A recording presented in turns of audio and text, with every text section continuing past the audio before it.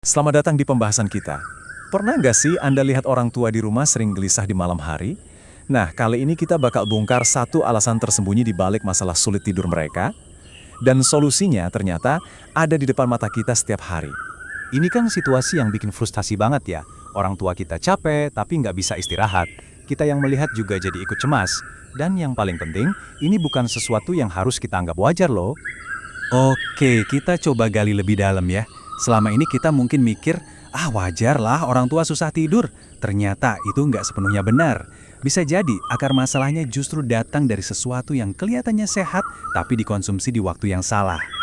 Kita semua tahu kalau melatonin, hormon yang bikin kita ngantuk, produksinya memang menurun seiring usia, terutama setelah umur 50. Tapi, tahu nggak sih kalau produksi hormon berharga ini juga bisa tanpa sadar kita sabotase setiap hari? Jadi sederhananya begini, melatonin itu bukan cuma tombol on untuk tidur, dia juga penjaganya. Dia yang memastikan kita tetap tidur nyenyak sepanjang malam. Kalau penjaganya lemah, ya kita jadi gampang kebangun. Nah, ini nih yang sering banget jadi keluhan. Badannya rasanya udah capek banget, pengen istirahat, tapi otaknya kayak nggak mau diajak kompromi. Tetap aja nyala. Akibatnya, bangun tidur, badan tetap lemas, dan siangnya jadi gampang sensitif atau marah. Biar lebih kebayang, kita coba lihat satu cerita nyata ya. Kisah ini bakal bikin kita semua jadi lebih paham masalah ini secara personal. Coba bayangkan, kalimat ini diucapkan oleh seorang ibu berumur 62 tahun. Kita bisa banget merasakan betapa beratnya beban dia. Setiap hari capek, tapi nggak pernah merasa benar-benar segar karena tidurnya nggak berkualitas. Dan disinilah letak kejutannya. Setelah dicek semua, hasil labnya normal.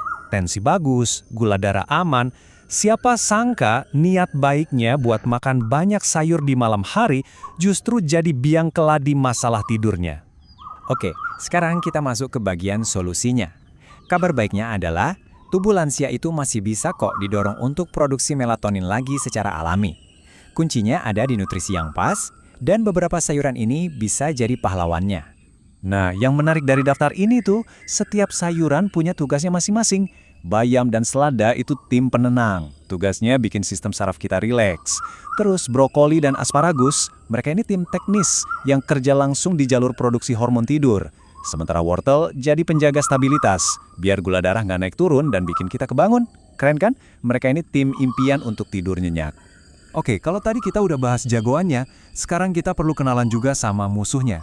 Ada beberapa sayuran yang sebenarnya sehat banget, tapi kalau dimakan malam-malam justru bisa ganggu tidur. Ingat ya, sayurannya nggak salah, cuma waktunya aja yang kurang pas. Coba deh perhatiin tabel ini. Masalah utamanya itu ada di efeknya ke tubuh pas kita mau istirahat.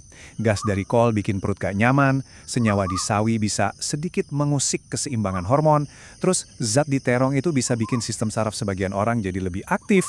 Semua ini ujung-ujungnya bikin otak kita tetap siaga, padahal seharusnya lagi mode tenang. Nah, kita balik lagi ke cerita si ibu tadi. Cuma dengan mindahin jadwal makan sayurannya, hasilnya luar biasa. Memang nggak instan, tapi dalam 7-10 hari, dia bilang, "Dok, saya masih suka kebangun sih, tapi kok sekarang gampang tidur lagi ya?" Nah, itu dia. Itu tanda pemulihan yang sangat bagus. Jadi, gimana cara praktisnya menerapkan semua ini? Tenang, kita udah rangkum semuanya jadi panduan simple yang bisa langsung kita coba di rumah. 4 langkah ini kuncinya. Pertama, porsi yang pas. Jangan kekenyangan biar perut nggak kerja lembur. Kedua, pilih sayur-sayuran yang ramah buat tidur, yang sudah kita bahas tadi. Ketiga, waktunya. Kasih jeda beberapa jam antara makan malam dan tidur. Dan keempat, atur minum.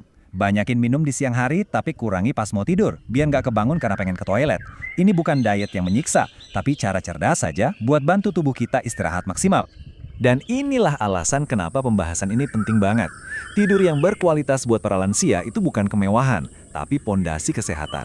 Dengan langkah-langkah sederhana di meja makan, kita itu sedang membantu menjaga ingatan mereka, menstabilkan tekanan darah, dan yang pasti meningkatkan kualitas hidup mereka. Coba renungkan kalimat ini. Perubahan kecil di piring makan malam ternyata bisa membawa ketenangan besar di malam hari. Semoga obrolan kita kali ini bisa bermanfaat untuk menjaga kesehatan orang-orang tua yang kita cintai.